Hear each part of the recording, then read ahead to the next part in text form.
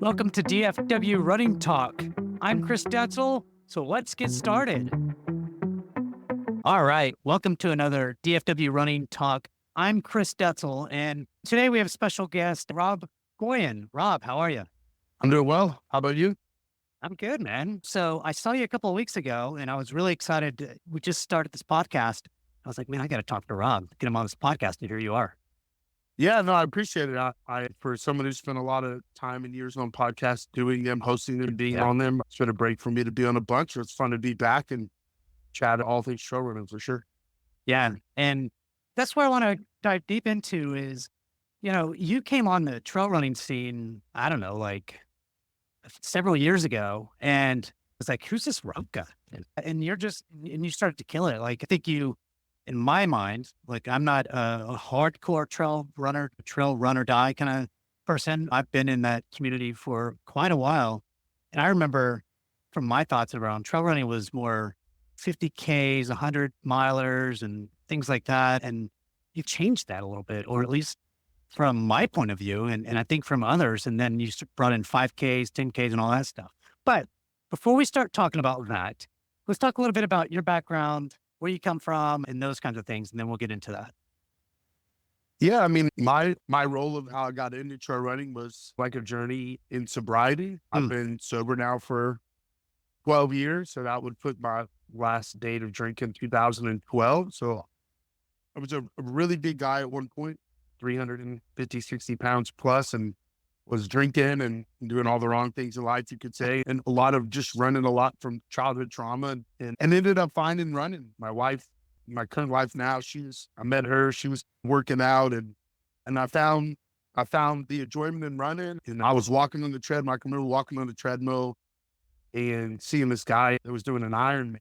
And he was mm, talking about how like he had all these problems in life with drugs and alcohol and how he felt like he got the same thing out of running. It's like the dopamine fix. So yeah. someone who's that way as ADHD, like it clicked for me and I started walking, started running, then ended up just by chance finding trails. I was running the Memorial Loop in Houston. If you've seen it, right? It's 3 miles. It's boring at times, but Mhm. I was running Done it. it It was several a times. rainy day. Yeah.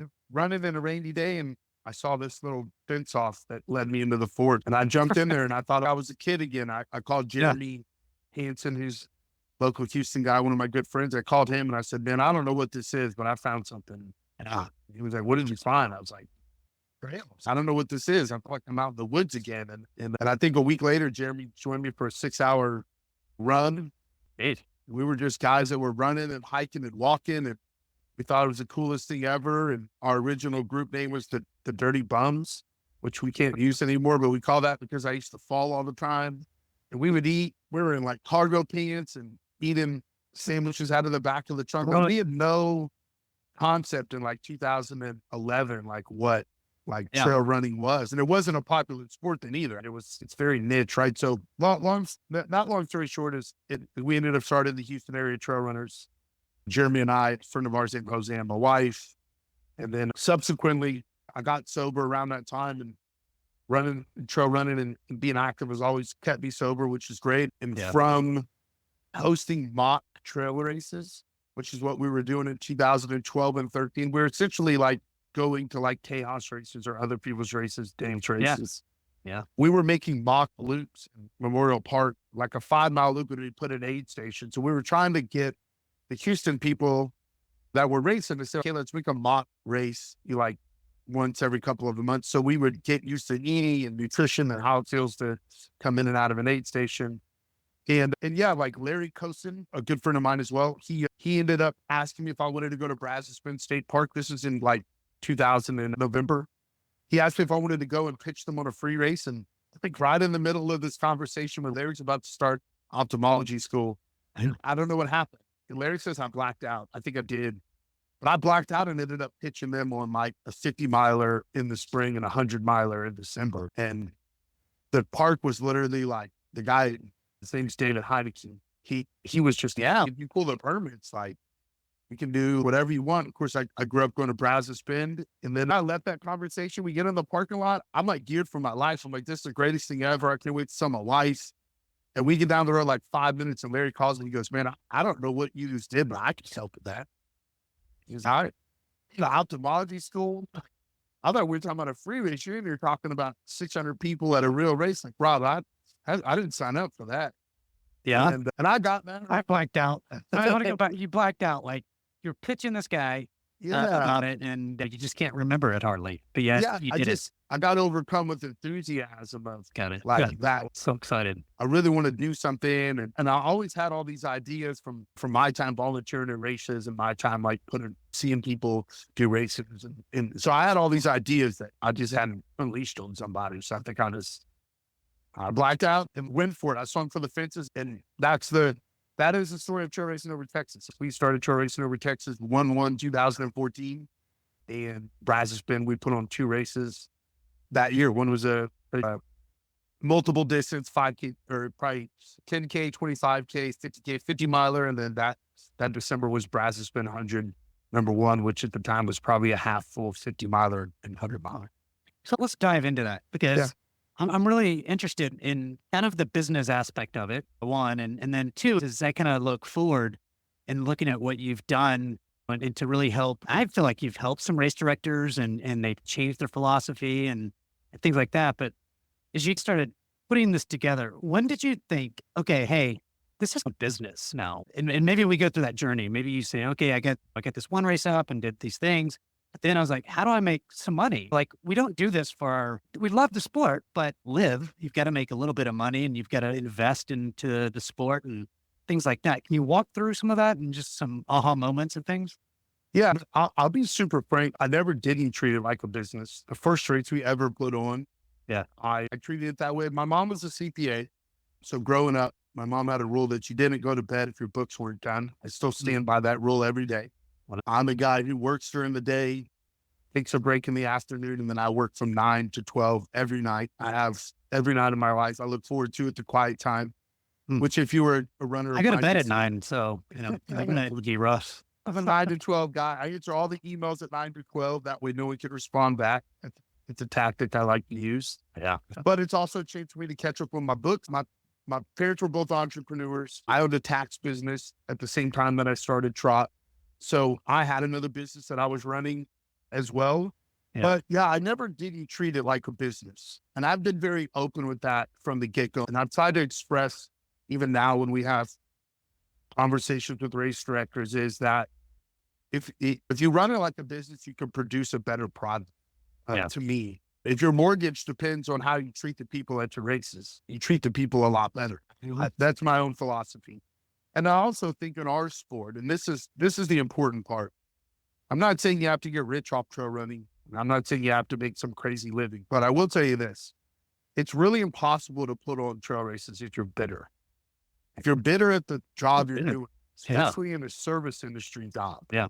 Everyone, and you have to get used to the fact that, and it takes time, but you have to get used to the fact that your hardest day working as a race director is everyone else's vacation. Yeah, that's right. Interesting. Everyone is there to have the best day they can have, and it will be the worst day that you have. Yeah, I can see that. Yeah. Work-wise, yes, there's enjoyment. So my philosophy was always, how do I do the things up front? And that would be staffing-wise, that would be monetary-wise, whatever, the business side of it. How do I do everything correctly leading up to that race? Yeah. So that my interactions with people at that race day, whereas like that I could present to them the best version that I could. And that is where obviously a lot of people know when I race direct, it's hugs and high fives, right? I love to give hugs and high fives. There's a lot of reasons. Even though I'm a sweaty people, it doesn't make a difference. I've had it all down my back. I've had the sweat. I've had the sweat. I've had it all. Yeah. It's why people used to go, why do you wear a hoodie? I was like, it's protection. I'm protecting my body from your body. Off later. Yes, another one. It's a layer. I've had it all run down my hoodie and I can get another hoodie. And I don't want that down my back. It was designed that way by me because I would tell people, the people that cross the line are the people that are paying you the money. Yeah. And if you're a race director out there, you can do the way you want to do it. If you're not standing at your finish line, you're not hugging people and giving out handshakes, then the last thing they remember from when they leave your race is maybe a volunteer doing it, which I understand at times. But at the end of the day, I looked at it like, this is my community. These are my people. You Yeah. paid me. You didn't pay anybody else. When you paid that money, it went right, minus some fees, went right to my checking account. Yeah. So you deserve to get the best of me. And I've prepped all of these days to give you the best of me. So it's just for me, it's super important. And like I said, my parents were entrepreneurs. My mom ran a daycare. My dad ran a telecommunications company. And I watched how so I was grown up in a service house. So I Yeah. watched the way they treated their customers. I watched the way that at times my parents were treated unfairly by those that they worked for. I saw that the way that looked and felt, and ultimately, like, I'm raised in a service position, and my job is to service people. And I've always said that, like, Yeah. the person I race directs, if you want to be successful at it, at the end of the day, you have to have a servant heart. You are a servant No on doubt. that day. Yeah. Yeah. I feel like, so we'll get back into this because I think because I've got lots of questions about how hard all you're doing. Well, what I'm getting to now, you're doing a lot of things, right? You're looking at swag. You probably had a business around creating swag. You sell it, then you have to have a warehouse to put it all in. And then you also bring, I mean, you're traveling all over Texas, basically.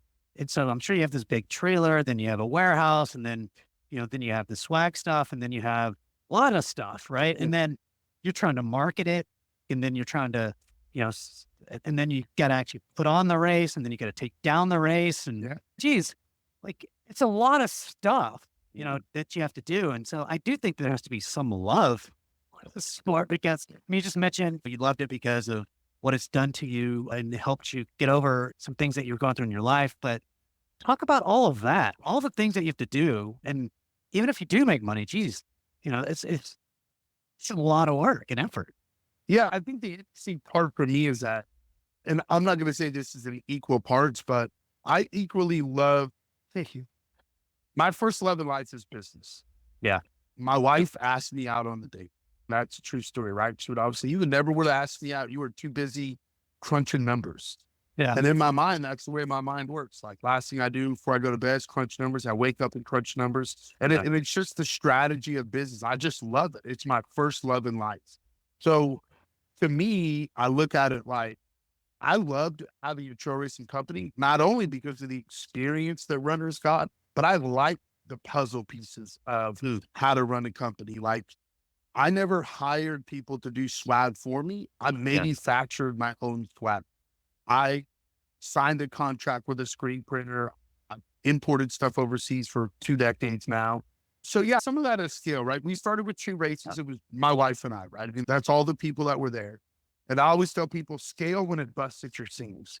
Never scale assuming your company's going to grow and you're hiring in the hope that you can grow, right?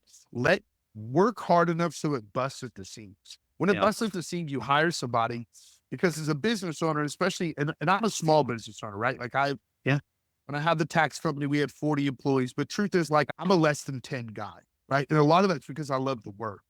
But the reason I say that is because you want to run as lean as you can for as long as you can so that you can scale properly. So it was Rachel and I for the first, I don't know, 4 or 5 years. So we started with 2 races, and then the next year we went to 7, and the next year we went to 11, and then 17. Our warehouses looked the same, right? The first warehouse we had was our upstairs in our house. The second warehouse was the upstairs in our garage. The third warehouse was a 10 by 10. The fourth warehouse was a 10 by 30. And we could get everything in there, but it was an outside storage unit. So we were having to, like, key in buckets in the corners if we were in there working, or Rachel had to go behind the trailers that were there to be like, and then around some point past that, and I still remember, we decided to get a warehouse. Like, and that's right. I'm on the same warehouse block as we were right now. I have another warehouse, but this one was like 2,600 square feet. Yeah. I had an office and a restroom and a huge thing. And I remember, like, visibly with Rachel, like, emotionally shaking at the thought of having, like, a $1,700 a month Amen. which at the time was Yeah. more than our mortgage. Yeah. But we were putting on all these events. Like we had gotten HOA calls about washing shit in the front yard. Like that Right. big 26-foot U-Haul truck didn't even fit in our driveway when we were trying to load stuff. So half of the nose would be out there. Trash people couldn't get by. And like we were busting at the seams. Like we couldn't do any more from our home. And we got a warehouse. And then when we got a warehouse, like my focus on races was always how do we get them out into the public? Photographers, along the way, we hired Helica, team wanted his social media. So she handled all my social media accounts, my newsletters. Of course, people always used to say I have the worst grammar in the world, what to do. So she fixed that. I adjust to that. I've seen it. Was he asleep or something when he just, I type like I speak, and then I don't ever go backwards. Yeah. So once I've written it, I'm like, it's good. It's not good. Also, who cares? yeah, like my running. It's just Rob. I think, people are like, oh, that's just Rob being Rob, I guess. I don't know, but Yeah, it's just my brain would work like this is done and I would just be moving on. And we just added pieces. Took my wife and I a well documented 5 or 6 years to have a baby. So when we were really close to having that happen, we hired Amanda and we added these pieces on to scale it up. And you're right. At one point in this equation, we were doing 17 races a year, and 2 for Red Bull, or 1 for Red Bull and 2 helping. But it was every other weekend from August 1st through the end of May for years on end. yeah. Yeah. And it is the quintessential start your week, very, very regimented, pack your truck, get to the venue, mark your course, put the race on, home the same night, wash your stuff, go pick up shirts. I would be ordering shirts as I'm driving to the next race. Like and as much as it sounds chaotic, like in all the years we did it, we only had a couple of like shipping issues where metal didn't get here or whatever. But the truth is that the cadence and the rhythm was because like we had a great team, world class, and everyone was selfless. But at the end of the day, we all had jobs and roles that we did, and everyone did those jobs and roles well. And that's, one of the biggest reasons why the community flourished as well. And I would tell people all the time, I like when we were smaller, this sounds crazy. When we were smaller, I felt like we put on better events. That may not be true, but it's just a feeling. Yeah. I feel like when we had 4 or 5 events, we put on better events because obviously like we have 4 or 5, like for instance, like I think the best races in the country for the most part, this obviously like it has nothing to do with my job, looks kind of, but I think the best races in the country are a lot of times races where it's their only race for the year. Yeah. Right? In like a Western or a Broken Arrow or a Rut or some of those races where it's the only race they put on because they can put everything into one event, right? They make that thing feel like it's like UTMB, right? UTMB is a kind of like a big marathon road race, put everything in that. Yeah, Houston Marathon is once a year. If you had 13 Houston marathons, it wouldn't feel that special. No. Like it feels special because it's one. Yeah. But I would tell people, my job has changed at 17 to actually not put on like the grandest race that there is. Yeah. My job is to produce the most consistent experience that you get every time you show up. And I don't also treat our events as races. I try to treat them as events. So I want to make a memorable experience in your life on that day. I don't want you to just say, oh, I went to another one of Rob's races and it was okay. I never wanted that. I wanted you to walk away and feel like it meant something to you because I'm a product of the change of trail running and trail running changes people's lives, both physically and then also all the people that I've met that have been married because of our races or have kids because of our races. Like it's a connection point of the community that means a lot to a lot of people. So my job at the end of that was just to be the absolute most consistent. And I think we did that really well. And I think that's obviously why we grew the way we did. And for me as a person who's an inquisitive person, I didn't come into the sport and I came into the sport a little brash. I will admit. I came in and basically said, hey, listen, I'm here to take over the state of Texas. I'm coming in. Sounds like this guy I just talked to that he said the same thing. This is really young. Yeah. So, and that's what I said. I said, I'm coming in to take over the state. Now, back in those days, like Joe was the race director with Yeah. Tejas, and we had some issues along the way there, which is fine. But at the end of the day, like I didn't really mean it like I was going to, and there's a great business quote that says like, you can become the biggest building in town by either building the biggest building in town or Yeah. by tearing every other building around you. And I didn't care about trying to tear other people's races down or say negative things. I just Yeah. had the confidence that I could build the biggest building in town. Yeah. And my way of doing it is pushing the envelope, which is like pushing what people saw at races, sign up-a-thons, discounts for volunteers. Like, all that stuff never existed before us. People didn't do 50% per race. No one did that. We did that from day one. Some of the tactics that you implemented were like just a Facebook kind of live group, for example. That's when that was really popular. I don't know how popular that is anymore. Nobody was doing that. So if somebody came in live to your Facebook group, they would have the opportunity to win 50% off or get some swag, or I don't know. You had all kinds of different things, but it gave you a platform, one, to bring people in live, them have, in a sense, live access to you, which I always love. I have live expert, or I have access to the director of this big trail running race director guy, and he's giving away free stuff, and not just that, people loved you for that. And you were I don't know anybody at first doing any of that. And I don't see it anymore. Saw some trying to do some stuff. I have to say, but you have that personality for it too, right? Like you're just hey, I'm going to try this thing and it's working. And then you continue to do it because it worked. My wife was like, hey, we've got to be on TROT's Facebook Live so we can try to get 50% off these races and races to come. And I was like, all right. Yeah. And some of that goes just because I own another company, right? So I own a streetwear company. So I am largely dialed into what's happening at the young level. Like even right now, like I have a streetwear company still. We do auction stuff on Whatnot, which 99% of people that are probably 40 or older have no idea what Whatnot is, but it's super popular with young people, TikTok, Chop, all those things. But it's where the attention is. So for me at the time, it was like, I do love chatting with people and I love the interactions of one-on-one. So for me, it was always, how do we push this pace? And that was TROT Live, sign up-a-thons, which is what everybody loved, which are super fun. And there's a lot of reasons there and why to do them. There's a lot of risks there, right? Because you're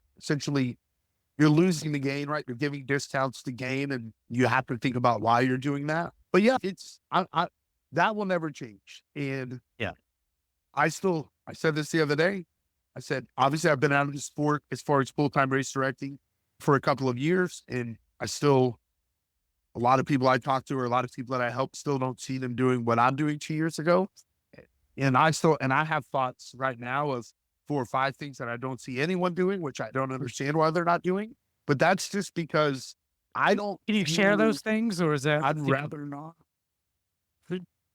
Rather use those at another time. No, but like for instance, when I finished putting races 3 years ago, right? If you couldn't get like proper cell phone signal, like you had some problems, right? There's some limitations when you can't get signal, but there's not an excuse not to have signal right now. You can get Starlink.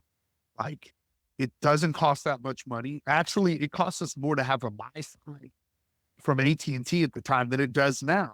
So if you can have internet where you're at, wherever you want to, yes, the upfront cost is $500 or $600, but it's $50 or $150 a month. You have to put that in your, in your budget. But that means you should have live results all the time. That means that you should have social media shooting 100%. I love that. Like, hello, I go to a race. I'm like, I can't even get my fucking thing on, whatever. And to be frank with you, these are the things that keep me up at night, right? Yeah. You should have live, video, or you should have live results 100% of the time. Yeah. Your photographer should be locked in, or videographer should be locked in doing social all the time of your race because they have a spot to do it. You should have another one probably up if you don't have a place with really good service. You should have another one dedicated just for your runners. So your runners can access it and share their experiences while the race is going on. Because all it does is make you look better. Number 3 is you should be live streaming. You should have another one or the same one connected so that you're live streaming on a multitude of platforms, depending on where your social strategy is. Yeah. Which, if you want to do Twitch, if you want to do YouTube, but there's really not those alone, those 3 things are just components that do 3 years ago. Yeah. And I can't Technology do it wasn't now. 100% there. Yeah, it wasn't there, but it is here now. Yeah. And like those things aren't used. And I think the other thing that I still see not used correctly is social media. Social Technology. media is grossly underused and undervalued. And I don't think people really understand that if you build your following enough on your social platforms like a Facebook and Instagram, and I'm not talking about buying followers. I'm talking about Yeah. an organic Yeah. build. Yeah. When you go to advertise against that build, it is Yeah. insanely cheap. And Yeah. people used to always come to me like, "Man, I see your Facebook events all over." We had friends of ours, even our parents, right? They would Yeah. screenshot, be like, "Rob, another race in my face all the time."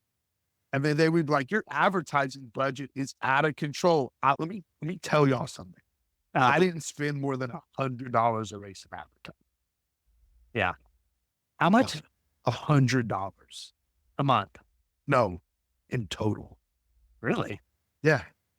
I would, and I'll tell you the juice, right? I would, our Facebook group at the time, our Facebook page had 28,000, whatever, however many people, but you create an event and the event still to this day, Facebook event, you essentially would put it up and I would run $100 from the day that I opened it till the day that it closed.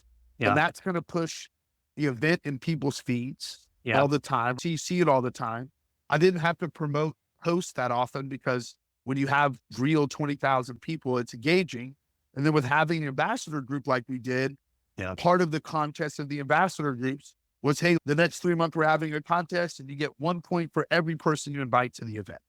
So if you have 30 ambassadors and they all invite 3,000 people or 300 people to the event, you got 9,000 people being invited, plus your own organic reach as well. Yeah. So what you end up seeing is 9 to 10,000 people being invited to an event. And on top of that, for the next 100 days, somebody's event page is getting blipped. And once they've accepted into the event, they don't get the advertising. So your advertising actually gets better over time. Yeah. No, I think I agree with you. Like if you're not using social, then you're missing out. I do think that I use social quite a bit on whether it's work or LinkedIn is a big one for us. It's not that easy, right? Like when I think about the job that you had, as a race director, but owner, CEO, and all these things, all the things that we just mentioned, whether it was getting a warehouse or getting swag, getting a truck to move all that stuff and then you have to worry about the marketing piece, and social is really part of that marketing. Social marketing has got to be part of that. I don't disagree, but a lot of these people don't know how to use social in the right way, right? That's the key is like, I can't really, you get on Instagram or you get on TikTok or Facebook or Twitter or X, whatever it's called, YouTube. There's a lot of social networks to use, and you got to understand what you might not be able to do everything. You got to figure out what is important. And I agree. You have to have some kind of social type strategy because what you did was not the norm, especially in Texas. I don't know what's gone outside of Texas, but I don't know, man. I think that you're right, but I also think it's hard. I don't think it's easy.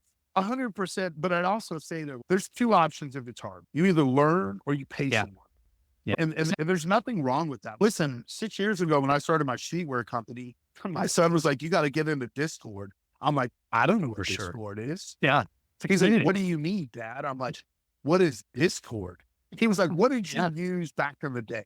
And I'm like, "For what?" He's Shitty forums. People. And I said, Chat rooms. ICQ. And he goes, "Okay, so think of Discord as modern day ICQ." Yeah. And I'm like, "Okay." And he goes, "And you log in." And then, so my son walked me into Discord. And then once I got into Discord, I gained access into groups and started asking questions. And I said, "Hey, listen, I'm a 40-year-old guy getting into streetwear." Yeah. And I know that most of these kids are 16, 15, 17, 18. But listen, yes, it's hard. Yes, it's not uncomfortable. But at the end of the day, you either go in and do those things or you need to pay people to do those things. Like social media is not going to stop. It only gets younger every day. And the attention span of wherever you're going in life is only going to change. And you can be proficient at Facebook, and 3 years from now, you will need to be proficient with the next app that comes along to keep your events, races, business, and in the eye of your consumer. And You can't just, to me, I'm not, you can't just say, this is hard or I don't know how to do it if you're expecting yourself to like grow and have a big Yeah. business or events. You can't say you don't want to do it and then you could just go hire someone to do it for you. But I was never that person. I'm always the Yep. person that like, I need to know it first and understand it and learn it because my business mind is to find the angle. I have to find the angle Yeah. first. And I could teach someone how to automate the angle, but I need to find that angle. And Mhm. that's the way that I'm built. But I think that there's so much I still see. And listen, there's so much I don't know. Every time I'm in a chat with our like tech team at Ultra Sign Up or like our statistician, like we have a guy that works for us named Matt Abbott, that guy Yeah. blows my mind. Yeah. Yeah. I'm like, y'all went to school for this?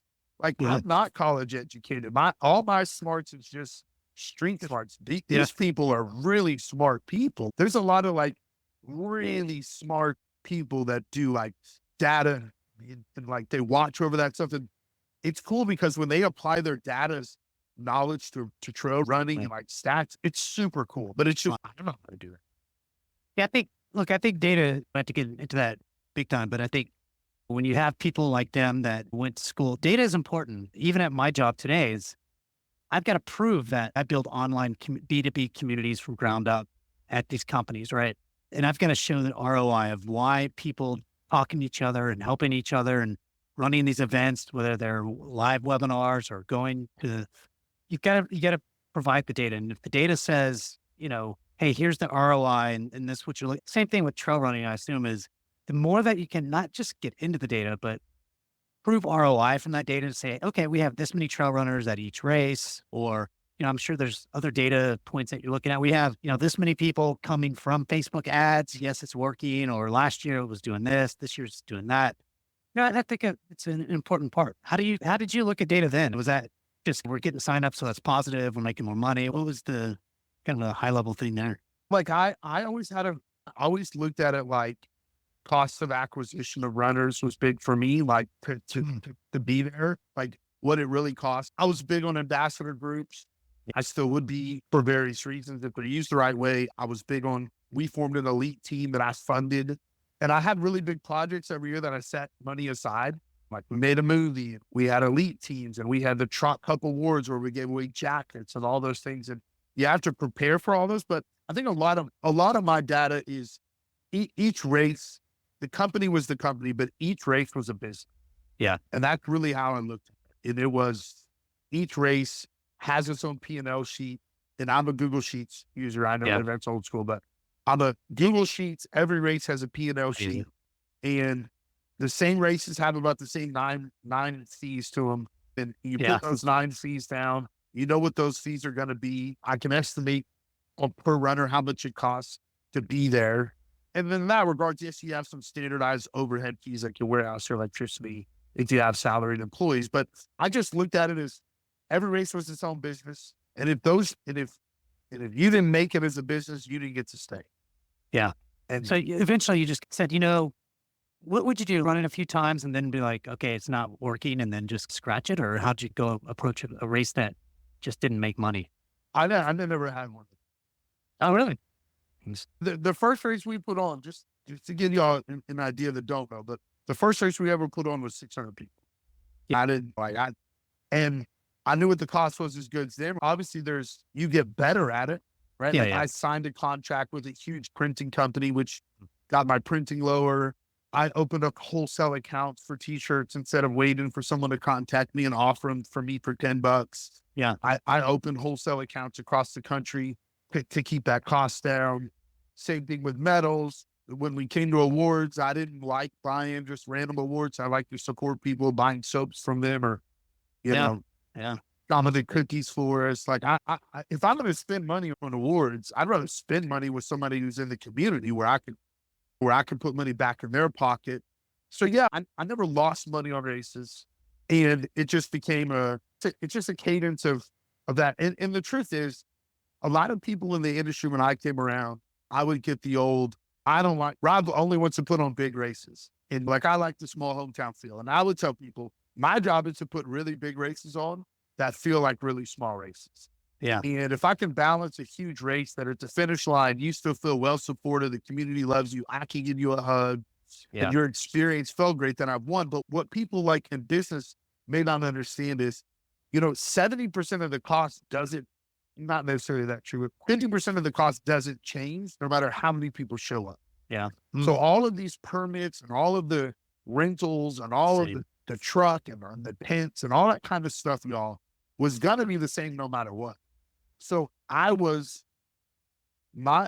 goal was to try to maximize the races that we had. Yes, we Yeah. grew to 17, but I think that the other part to that is, at one point in 2018 or 19, 15 of those 17 races sold out.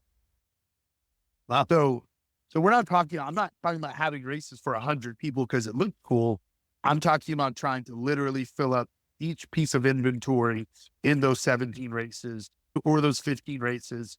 And there's no need to add races if they're not going to do well. To me, it waters down the experience a little bit to be super wide and have events that are, and I'm not saying you shouldn't have events that are super small, but like we have, like Lone Star for us was a really small event. Like the 200 was really small. The 100 was really small at times. And yes, we didn't make a lot of money breaking even, making $100 here and there, but those races, they had reasons that we do. Yeah. But then when the reasons were over, like I was trying to get Lone Star into Hard Rock, which is why we did Lone Star 100. But after I proved that it was a great race and Carl said it was one of his favorite races and it didn't get accepted, I pulled the plug on the race. Yeah. Because it took too many volunteers to put it on. It wasn't a reward for the community to have everyone from El Paso bust their ass so 42 people could run around the mountain. It's not fair to the community to do that. Yeah. And you're gonna lose, you're gonna lose your volunteer base if you misuse them. Yeah. And you can only put on as many great races as you have great volunteers. Yeah. This Yeah. sport will never 100%. be about runners. It will be about volunteers. Because if you don't have enough great volunteers, then your runners have a worse experience and you essentially get bottlenecked at the experience that you can provide. Yeah. And it's the reason why when we started TROT, my job was the front end, but my wife's full-time job at TROT was to manage volunteers because I knew that the volunteer side was more important than the runners you could find all the time. Yeah. People are coming out, taking off on this Saturday that they could be with their kids, their husband, they could be at the movies, they could be doing anything in the world. But they choose to come out and stand behind an aid station table, watch 8 people hours. puke and rub gel everywhere. And they stand out there and they do it because it's a labor of love. And yes, some do it for the race credits. But man, those people are your lifeline to put on events. And if you can't figure out a way to treat them, then you're going to have a massive problem. I remember my wife, so she has volunteered for a lot of these races, in the past. And one thing that I know that she appreciated about the races that you put on was, hey, you got some race credits. Hey, you're rewarded. She wanted to go out and help. But I remember, some of the races that she did go in and help, some of these directors were like, thanks for helping, or not even say thanks for helping. And sometimes would overuse some of the volunteers. And so I think that's said and something that everyone can learn from because putting on a volunteer program is I can imagine how difficult that is to build up. I could certainly understand the races that you put on, in the past and the love that you gave to your volunteers was certainly appreciated. I think you have to, if you don't, you just won't be able to last for all that long or have a great race experience for the racers, right? Yeah. And it wasn't that way. Don't get me wrong. Like first race, like it's that Houston area trail runner. Like every friend that we could get, my wife's friends were volunteering. My mother-in-law and father-in-law are there. Like the Brazos Bend 100, my mother-in-law smashed the cargo van she was in into the other cargo van that we rented. You know what I mean? You're right. I'm just saying it isn't sunshine and rainbows like all the time. But the reason I say that is because yes, you all start from somewhere, but I would always try to encourage people too, and this is why we had a bigger volunteer corps is I would tell people, you can be part of the trail community without running the races. Yeah. You can just Yeah. come and be near it and volunteer to do time or sit in an aid station and bring your daughter or like we were a little restrictive on ages because that gets a little dicey at time for us. But Yes. the point of it was you don't have to be out there running. And our thought, which it works, is if you're apprehensive about running trails, if you think this is really about running, if you think there's all marathon runners that are super fit and thin and all that, like, how do we get you to come out one time and Yeah. just to feel the love? And once you feel the love, you won't leave. And that's what Yeah. happens. You get people there that don't consider themselves a runner because of what society thinks is a runner or what they may have heard or whatever. And then they volunteer one time and they see someone that looks just like them Yeah. go do a 50K or a 10K and they go, I you know know. what? I can do a 10K too. Yeah. And then they do use their race credits. And then once they use the race credits, the difference is they worked, they earned it, and then they finished. And that look in their faces when people and that is the greatest feeling for a race director for me was Yeah. when people would finish races that they trained for, they sacrificed for, they didn't think they could do it. And it's a mind blower for them. It's hard to explain, but it's like when people see sunsets or the northern lights, it's the stare in their eye, like, holy shit, like I'm mind blown. And those experiences are what I mean by memorable experiences. That's the goal of someone who puts on events is to make a lasting impression with somebody. I've got a few more questions because you're so passionate about this. And it's like, I still hear the passion in your voice and just the things that you've done are pretty amazing. So you sold TROT, right? Or what went on with that? What kind of made you to change? Hey, look, I don't know if it's, I don't want to do this again, but it's more of, hey, I'm selling this. Because that Yes. was talk to me. Yeah, it was a few things. And I'll first and foremost say that I'm very grateful for the people that chose to take on races. Yeah. They didn't have to. I could have just squadushed it and walked away, but that wasn't the plan. But there was a couple of things that happened. Number one, we lost a runner at Brazos Bend, and it was hard. Like emotionally for me, it was hard to get over. And I had a lot of we were putting on so many races that I like didn't have a chance to process it. And instead of having an opportunity to process it because we were putting on races, it just kept coming back up for me. And it was just like the anxiety of it. It was just like nightmares. It was just a lot, right? It was just a lot that was happening. And I was battling through it and trying to work. And then we got hit by COVID like everybody else. And Yeah. truth is, we would have shut down TROT in COVID had it not been for me owning another business. My other business did well in that time. So we were able to float it. And then right around that time when we came back, I had spent March through October home for 6 months, being the first time I'd been home. Yeah. And I got to watch our daughter grow up. Yeah. And at the time, our daughter was 2. And I have been on the road every other weekend. Like my wife had Ruby, and I think 2 weeks later, I'm in the Franklins. And so I wasn't home. And I got used to being home with my daughter and watching her grow up. And I did You're get to even watch. spending time with the wife, right? Yeah. Yeah. I mean, That was probably good too. I didn't get to see my son grow up. Yeah. And it really started to lean on me that like, she's only going to be young for about another 3 or 4 years. Yeah, that's right. And if I can't find a way to unravel this right now, then I'm going to miss this time for a child that we fought really hard for years. My wife went through multiple miscarriages for, and we went through IVF for, and we fought extremely hard to have a baby. Yeah. And then I'm just now going to decide to go back on the road just because I want to go back on the road. Yeah. And I just didn't want to. I just didn't want to miss it. And I knew that it wasn't going to be hard. It would be really hard to unravel it. Yeah. When we're talking about like 15 races. But I just started to speak it out loud.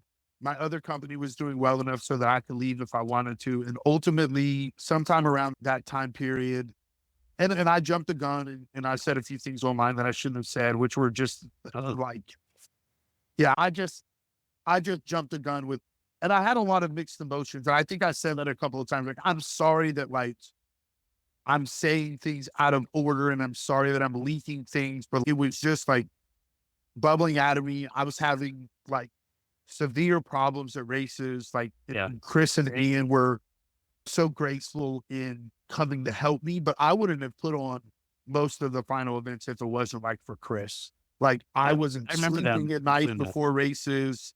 Like I was up all night having panic attacks. Like it was Mm. just really bad.